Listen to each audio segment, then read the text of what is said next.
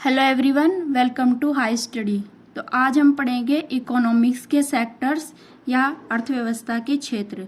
सबसे पहले ये तीन होते हैं, प्राथमिक, द्वितीयक और तृतीयक। ये दिया किसने? आपके एलन फिशर के द्वारा दिया गया है, ताकि जो इकोनॉमी की स्टडी है वो आसान हो सके। ठीक है, सबसे पहले प्राइमरी सेक्टर में आता क्या क्या है? जो आपकी एग्रीकल्चर से रिलेटेड सारी चीज़ें होती है वो सब प्राइमरी सेक्टर में आती है। जैसे कि आपका हो गया कृषि, हो गया पशुपालन, आपका खनन, उत्खनन, ये सब चीज़ें प्राइमरी सेक्टर में आती है। आपके सेकेंडरी में क्या आता है? जो भी आपके प्राइमरी सेक्टर से प्राप्त है, इन वस्तुओं को आप अर्धनिर्मित या पूर्ण निर्मित फाइनल प्रोडक्ट में जब कन्वर्ट करते हैं तो ये काम कौन करता है? आपका सेकेंडरी। मीन्स ये कंस्ट्रक्शन का काम करता है। ठीक है, इसमें क्या क्या आता है आपके सेकेंडरी में? जैसे क्या क्या ब्रेड, रोटी या फिर लकड़ी, कपड़ा, ये सब आ गया आपका सेकेंडरी में। टर्सरी सेक्टर में क्या आता है? जब इन सब चीज़ों को, या प्राथमिक हो चाहे द्वितीय को, दोनों को मिला के जब इनमें वैल्यू एडिशन किया जाता है तो वो आता है आपका टर्सरी सेक्टर में। जैसे कि आपका हो गया संचार, परिवहन, ये सब आईटी सेक्टर सब आ गया आपके टर्सरी सेक्टर में। अब आगे समझते हैं। जो आपका प्राइमरी सेक्टर है, इसमें जो आपकी देश की कुल जनसंख्या है, लगभग उसकी 50% आपकी प्राइमरी सेक्टर में इन्वॉल्व है, लगभग 30% आपकी सेकेंडरी में है और 20% टर्सरी सेक्टर में इन्वॉल्व है। ये आपकी जो पॉपुलेशन है उसका परसेंटेज है और ये लगभग में थोड़ा सा वेरी कर सकता है।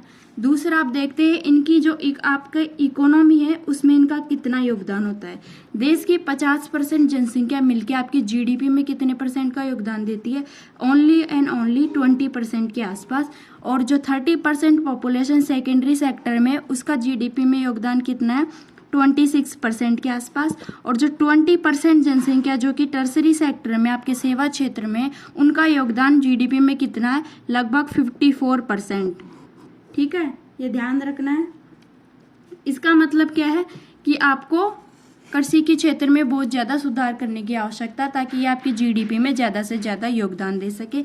जो फर्स्ट सेक्टर है इसको बोलते हैं रेड कॉलर वर्कर, इसको बोलते हैं ब्लू कॉलर वर्कर, और ये होता है आपका वाइट कॉलर वर्कर।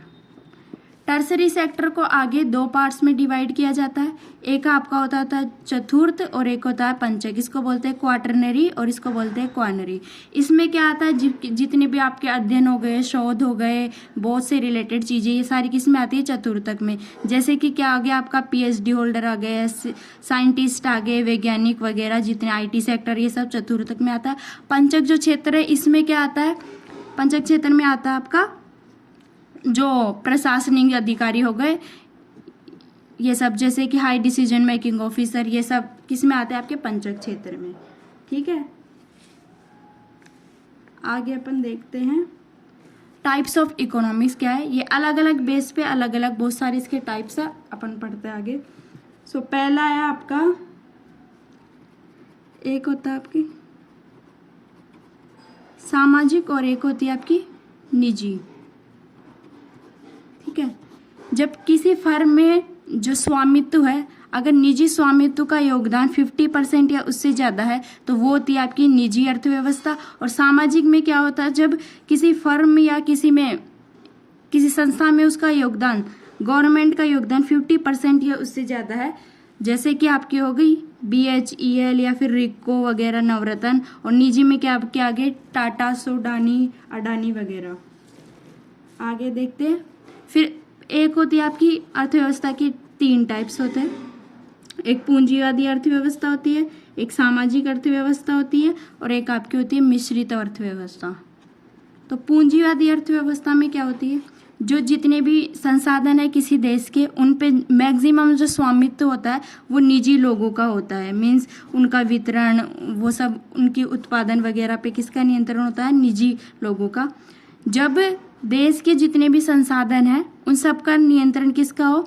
देश के समाज का नियंत्रण होता है, तो वो होती है आपकी सामाजिक अर्थव्यवस्था। और मिश्रित, इन दोनों का मिक्सअप होता है। मतलब कुछ जगह आपकी निजी संस्थाएं काम करती है, कुछ जगह आपकी गवर्नमेंट या फिर समाज काम करता है। सबसे पहले समझते हैं पूंजी अर्थव्यवस्था में क्या होता है। इसमें क्या होता है कि आपका जो टारगेट होता है वो होता है कि आप ज़्यादा से ज़्यादा प्रॉफिट कमा सके, ठीक है। इसमें जो प्रोडक्शन होता है वो होता है योग्यता के अनुसार, मीन्स जितनी आपकी कैपेसिटी उतना ज़्यादा आप प्रोडक्शन करो। आप आवश्यकता को मत देखो, ओनली और ओनली आप योग्यता के अनुसार प्रोडक्शन करते हैं। तो ये हो गया आपका पूंजीवादी अर्थव्यवस्था, ठीक है। सामाजिक अर्थव्यवस्था में आपको बता दिया है, इस पर समाज का नियंत्रण होता है। इनका उद्देश्य होता है कि ज़्यादा से ज़्यादा समाज कल्याण किया जा सके, इसलिए इसका जो प्रोडक्शन होता है वो होता है आवश्यकता के अनुसार, ना कि योग्यता के अनुसार। तो जिस चीज़ की ज़्यादा आवश्यकता आप उसका ज़्यादा प्रोडक्शन करें। दूसरी बात है, इसका जो उद्देश्य होता है वो होता है समाज कल्याण, ज़्यादा से ज़्यादा आपकी समाज या वंचित वर्गों को ध्यान में रखकर ये बनाई जाती है। तीसरी होती है आपकी मिश्रित अर्थव्यवस्था, जिसमें दोनों साथ मिलकर काम करती है। इसमें जो आपका उत्पादन होता है वो होता है योग्यता के अनुसार, कि आपकी जितनी योग्यता है उसके हिसाब से आप प्रोडक्शन करें और फिर उसका वितरण आवश्यकता के अनुसार करें। तो ये हो गया आपकी मिश्रित अर्थव्यवस्था।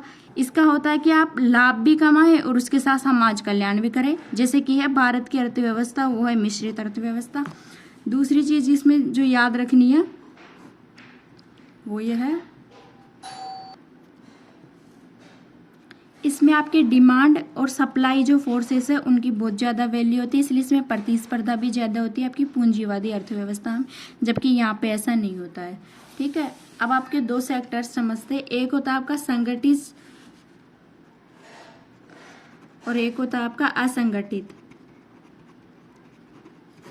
संगठित क्षेत्र वो होता है जो गवर्नमेंट के तंत्र में पंजीकृत होता है या उसमें रजिस्टर होता है, और ये गवर्नमेंट या आपके सरकारी तंत्र उसमें रजिस्टर नहीं होता है। तो रजिस्टर होने से क्या होता है कि इनके फिक्स कार्य समय होता है, इनको फिक्स वेजेस मिलती है, सामाजिक सुरक्षा प्राप्त होती है, जब आपकी पेंशन पीएफ सब मिलती है। जबकि असंगठित क्षेत्र में ये सब चीज़ें नहीं होती है, ना निश्चित कार्य समय होता है, ना इनकी फिक्स वेजेज होती है। तो इस वजह से ये असंगठित क्षेत्र नुकसान में होता है। अभी कम से कम आपका 80% पॉपुलेशन असंगठित क्षेत्र में कार्यरत है। इससे आंकड़ों का अभाव हो जाता है। गवर्नमेंट जो स्कीम चलाती है वो उस प्रॉपर वे में काम नहीं प्रकाती जैसे इसको करना चाहिए। एक होती है आपकी खुली अर्थव्यवस्था, एक होती है आपकी बंद अर्थव्यवस्था। खुली अर्थव्यवस्था में क्या होता है कि जो कोई कंट्री है वो दूसरी कंट्री के साथ ट्रेड करने के लिए टोटली फ्री है। वो दूसरी कंट्री से जो आपकी लेबर होती है, ट्रेड्स होती है, सब कुछ करती है। और बंद अर्थव्यवस्था क्या होती है, जो किसी दूसरी कंट्री से ट्रेड नहीं करती है, मतलब इसमें अंतर्राष्ट्रीय व्यापार आपका बंद होता है। जैसे कि आपकी होगी नॉर्थ कोरिया, क्यूबा और उज्बेकिस्तान की अर्थव्यवस्था, और खुली में आपकी हो गई यूएसए, जापान, यूरोपियन यूनियन, इन सब की अर्थव्यवस्था। और ऐसी वीडियो देखने के लिए हाई स्टडी चैनल को सब्सक्राइब कर लीजिए।